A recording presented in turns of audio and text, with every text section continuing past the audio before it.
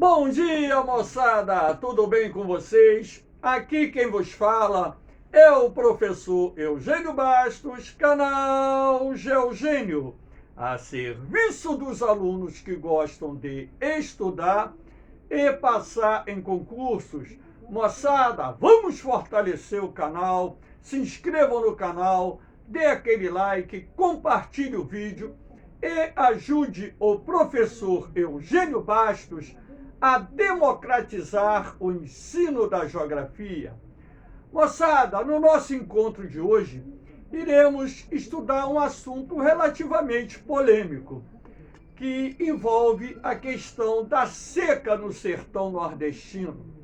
Então, por que o sertão nordestino, uma região localizada na mesma latitude de boa parte da Amazônia, possui um clima semiárido, quando, na verdade, pela posição latitudinal, deveria apresentar um clima com características semelhantes, pelo menos no norte da região, ao clima que encontrado no Pará, no Amazonas, no Acre, em parte de Rondônia, enfim.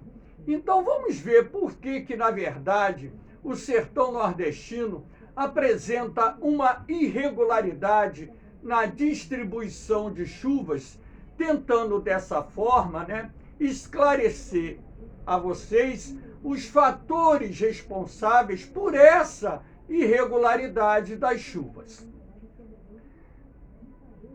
Aqui eu mostro um esqueminha que procura mostrar a vocês com clareza uma teoria que há muito vem sendo ensinada nas escolas, de que o Planalto da Borborema seria a causa da semi-aridez do sertão nordestino.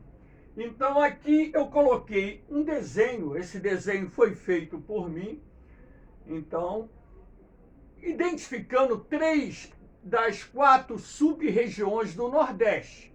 Aqui no litoral, a zona da Mata Nordestina, um pouquinho mais para o interior, o Agreste, que é uma região de transição encontrada entre a zona da Mata Nordestina e o sertão nordestino. E aqui eu coloquei o sertão nordestino representado pela depressão sertaneja, poderia ser a depressão do São Francisco, tanto faz. Qual é a ideia desse desenho? O que eu quero mostrar a vocês através desse desenho? Bom, existe um sistema de circulação atmosférico chamado ondas de leste, que atuam com maior intensidade no litoral oriental da região Nordeste, nos meses de outono e inverno. Professor, o que seriam essas ondas de leste? As ondas de leste são ventos úmidos procedentes do continente africano que atravessam o Oceano Atlântico e chegam no litoral oriental da região Nordeste. Como esses ventos passam por regiões oceânicas onde as águas são aquecidas, basta lembrar que ali no litoral do Nordeste, a temperatura da água do mar situa-se em torno de 27, 28, 29 graus. A evaporação é muito grande, sendo assim, esses ventos transportam muita umidade para o litoral oriental do Nordeste. Na medida em que esses ventos úmidos se aproximam do litoral oriental, trazendo nuvens de chuva para a zona da Mata Nordestina, nós teremos essa formação aqui, esse esquema explicativo para que vocês possam melhor compreender o que eu quero mostrar a vocês. Então, reparem que sobre o mar a chuva vai ocorrendo, porém, como a temperatura da água oceânica é elevada e a evaporação em função disso também, essas nuvens, de certa forma, são realimentadas. E quando elas chegam aqui na zona da Mata Nordestina, elas se encontram ainda muito carregadas, razão pela qual nós teremos uma alta incidência de chuvas nos meses de outono e inverno, época do ano em que as ondas de leste ficam mais ativas no litoral oriental do Nordeste. Só que na medida em que essas nuvens penetram no continente, sem ter o oceano para realimentá-las, essas nuvens começam a enfraquecer, ou seja, a passar por um processo de dissipação. E na medida em que elas vão se afastando do litoral, a quantidade de chuvas vai diminuindo, razão pela qual o índice pluviométrico no agreste é menor do que o índice pluviométrico registrado na zona da Mata Nordestina. Pergunto eu, existe alguma barreira orográfica que explique o fato do agreste registrar menos chuvas do que a zona da Mata Nordestina? Não. Na verdade, o menor índice pluviométrico é fruto do sistema de circulação do ar atmosférico. Como eu disse, na medida em que as nuvens de chuva vão se afastando do litoral, elas vão se dissipando, vão se enfraquecendo, e por essa razão o quantitativo de chuvas irá diminuir. Quando essas chuvas chegam aqui em cima, no Planalto da Borborema, essas nuvens chegam aqui em cima, no Planalto da Borborema, elas ainda irão provocar chuvas, porém não tão intensas como aquelas que ocorrem, por exemplo, na zona da Mata Nordestina. Então muita gente diz assim, o Planalto da Borborema obstrui a passagem dos ventos úmidos procedentes do Oceano Atlântico. Ora, as nuvens de chuva se formam, em média, a mais de 1.000 metros de altitude. E se você levar em consideração que o Planalto da Borborema tem uma altitude média em torno de 800 metros, não seria uma barreira orográfica intransponível. E essas nuvens, elas transpõem o Planalto da Borborema, mas elas vão transpor o Planalto da Borborema dentro daquele processo de dissipação, uma vez que essas nuvens vão se enfraquecendo na medida em que se afastam do litoral, a região que fornece o vapor d'água que realimenta essas nuvens. Quando essas nuvens ultrapassam o Planalto da Borborema, elas irão chegar aqui no sertão nordestino, se deparando com bolsão de ar quente. Ora, se a temperatura do ar naquela região é mais elevada, esse bolsão de ar quente vai promover o quê? A dissipação das nuvens, reduzindo dessa forma a possibilidade de ocorrência de chuvas na região. Basta lembrar que a formação de nuvens se dá pela condensação do vapor d'água. E essa condensação do vapor d'água ocorre quando há um resfriamento do ar. Ora, se essas nuvens se deparam com bolsão de ar quente, a tendência natural é que as mesmas passem por um processo de dissipação. Eis aí a razão principal da irregularidade das chuvas no sertão nordestino, ou simplesmente uma das razões da semiaridez do sertão nordestino. Espero que vocês tenham compreendido essa linha de raciocínio. Qualquer dúvida é só perguntar lá na parte dos comentários. Aqui eu vou mostrar a vocês o esquema das ondas de leste. Então aqui você tem a linha tracejada em verde, que é esse sistema de circulação do ar atmosférico, que a gente chama de ondas de leste, e essas setas verdes indicam que esses ventos procedentes do Oceano Atlântico estão entrando no litoral oriental da região Nordeste. E sendo assim, complementa a explicação anterior. Aqui nós temos a influência do El Niño na seca.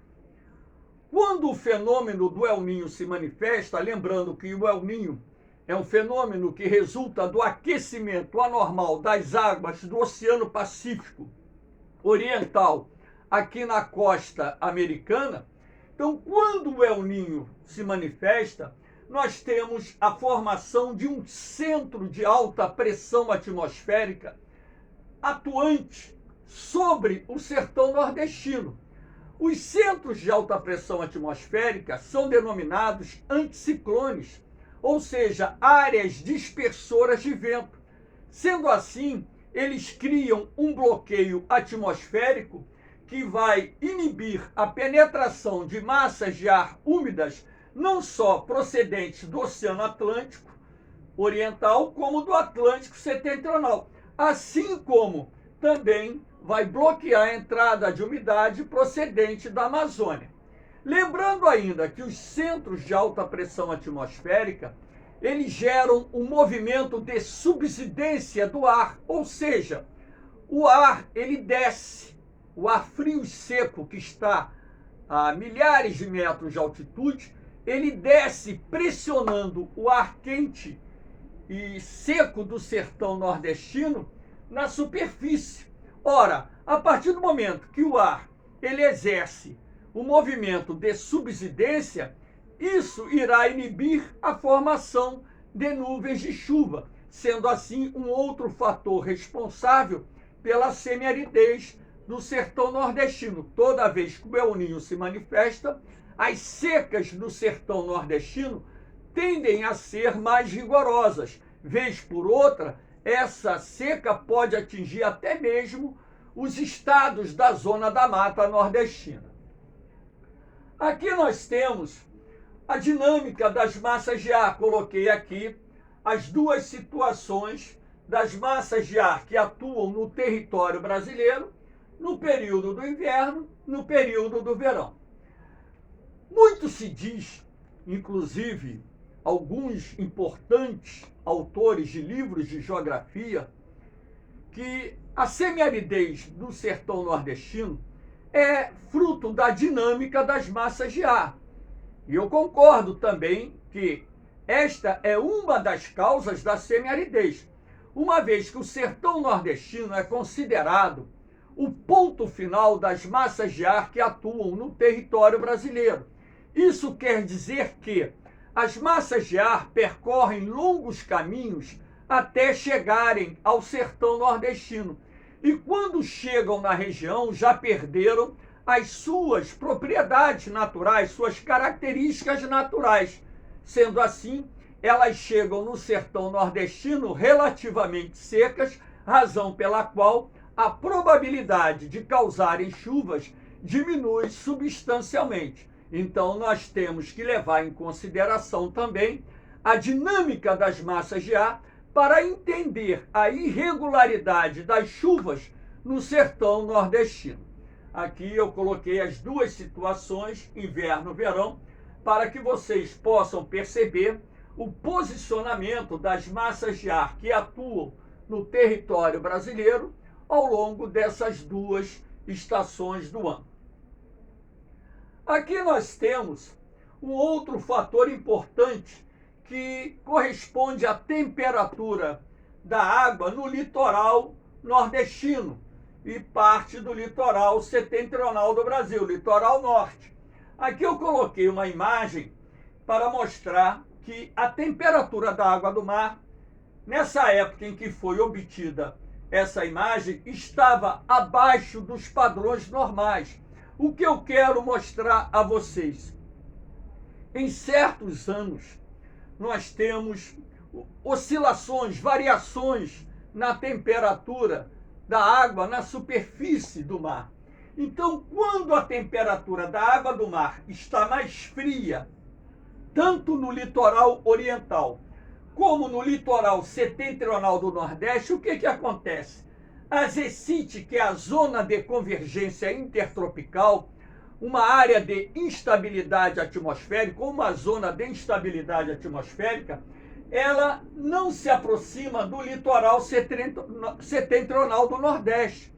Em razão disso, você vai ter anos com o menor índice pluviométrico, porque um dos sistemas atmosféricos responsáveis pelas chuvas que ocorrem em boa parte do Nordeste nos meses de verão é a ZECIT, a Zona de Convergência Intertropical, representada aqui por esse símbolo. Sendo assim, nós temos que levar em consideração também a temperatura da água do mar. Um outro elemento que nós vamos ver aqui é envolvendo a ZECIT. Repare que nessa época em que essa imagem foi colhida, a zona de convergência intertropical estava atuando aqui na porção setentrional do Nordeste. Essas manchas claras, verdes, azul, essas manchas brancas e avermelhadas são nuvens. E essa parte avermelhada são nuvens mais altas. Então, onde você tem essa parte azulada, branca, avermelhada, normalmente é onde você vai ter a maior intensidade das chuvas. Então, quando a ZECIT ela entra aqui na porção setentrional do Nordeste, lembrando que a zona de convergência intertropical é uma área onde se processa o encontro dos ventos alísios, que são ventos quentes e úmidos, que migram das imediações dos trópicos e se encontram nas imediações da linha do Equador. Então, essa zona de convergência cria uma zona de instabilidade atmosférica que será responsável pelas chuvas nas áreas onde ela se faz presente. Então, pela imagem, pode-se perceber que a zona de convergência intertropical está atuando aqui na porção setentrional do Nordeste, inclusive no interior do Ceará. Aqui, ó, no sul do Ceará, nuvens de chuva, interior da Paraíba, interior de Pernambuco, nuvens de chuva estão presentes.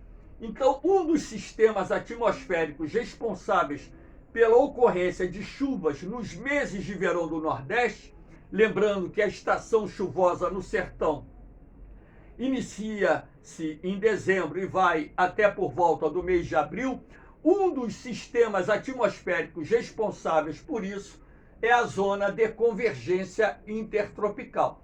Lembrando ainda que a massa equatorial atlântica, que é uma massa de ar que desloca ventos quentes e úmidos do Oceano Atlântico em direção ao litoral setentrional do Nordeste, é um dos componentes formadores da zona de convergência intertropical, porque aqui você vai ter o encontro dos ventos alísios de Nordeste, deslocados pela massa equatorial atlântica, e aqui embaixo você vai ter os ventos alísios de Sudeste, deslocados pela massa de ar tropical atlântica. Então, esses ventos quentes e úmidos, deslocados pela tropical atlântica aqui, que sopram das imediações do Trópico de Capricórnio, em direção à linha do Equador, com os ventos quentes e úmidos da equatorial atlântica, deslocados pelos ventos de Nordeste, cria essa zona de instabilidade atmosférica que irá provocar chuvas em parte do Nordeste no período em que estiver atuando sobre a região. Aqui nós temos o VECAM, que é o vórtice ciclônico de altos níveis.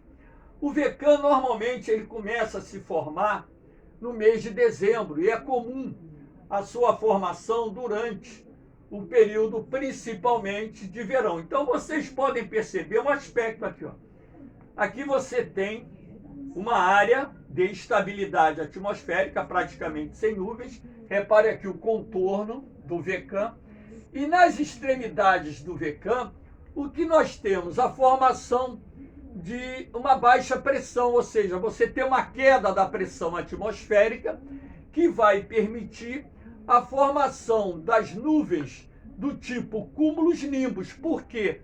Nas áreas onde essa pressão atmosférica é menor, você tem o movimento convectivo do ar, o movimento ascendente do ar quente e úmido, criando as condições necessárias para a formação das nuvens de grande crescimento vertical, que lá o pessoal do interior do Nordeste chama de torre, né? Mas na verdade As torres do sertão são as nuvens do tipo cúmulos-nimbus, que são nuvens carregadas e que causam pancadas de chuva muito fortes. Então, o VECAM é um outro sistema atmosférico que, quando se forma na região do Nordeste, vai levar chuvas para o sertão nordestino, como mostra essa imagem, onde é possível perceber que boa parte do Nordeste está, nesse dia que foi colhida a imagem, recebendo um bom volume de chuvas.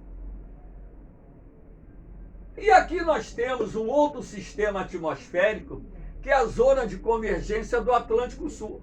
A ZCAS ela é mais atuante do sudoeste da Amazônia, região centro-oeste e sudeste do Brasil. Mas a ZCAS, ela às vezes é empurrada, é deslocada até a Bahia, até o sul do Piauí, o sul do Maranhão, até Pernambuco, formando essa zona de instabilidade atmosférica. Essas três setas mostram o seguinte: os ventos soprando, aqui nós temos os alísios de Nordeste, aqui nós temos os ventos procedentes do sul do Brasil, deslocados por uma frente fria, e aqui nós temos os ventos da massa equatorial continental descendo nesse sentido. Então você tem nessa faixa vermelha aqui a área de convergência desses ventos, criando um sistema atmosférico de instabilidade que permanece ativo vários dias. A ZCAS ela pode permanecer ativa uma semana, 10 dias, 11 dias, 12 dias. E nessa zona de instabilidade atmosférica você terá a ocorrência de um bom volume de chuvas. Então, esses sistemas atmosféricos, quando se formam, levam chuvas para o interior do Nordeste. Sendo assim, nós temos que levar em consideração que a semiaridez que ocorre no sertão nordestino está muito mais condicionada aos sistemas atmosféricos do que propriamente o Planalto da Borborema, que, na minha concepção, não é nenhuma barreira orográfica responsável pela semiaridez, apesar de que muitos livros de geografia ainda citam que o Planalto da Borborema seria a causa da semiaridez no sertão. E essas secas, elas estão se tornando mais rigorosas, e há de se destacar que isso se deve também ao desmatamento. É o desmatamento da Mata Atlântica, na zona da Mata Nordestina, que foi quase totalmente exterminada, o desmatamento da vegetação de transição existente no Agreste, a destruição da Caatinga, a destruição das áreas de cerrado no oeste da Bahia, no sul do Maranhão, sul do Piauí, a destruição da floresta amazônica na sua porção oriental. Então, o desmatamento, ele acaba potencializando as estações secas, porque nós sabemos que a vegetação nativa, ela contribui com o processo de evapotranspiração, sendo importante também para a formação de chuvas, uma vez que florestas, assim podemos dizer, são fábricas de chuva. Então, moçada, espero que vocês tenham entendido. Havendo qualquer dúvida, deixe a sua pergunta lá na parte dos comentários, que eu terei o máximo prazer de tirá-las. Valeu, moçada! Não leve dúvida, não fique com dúvida. Estou aqui a serviço de vocês. Moçada, um forte abraço em todos vocês, um beijão no coração de cada um. Eu vou, mas eu volto, hein? Fui!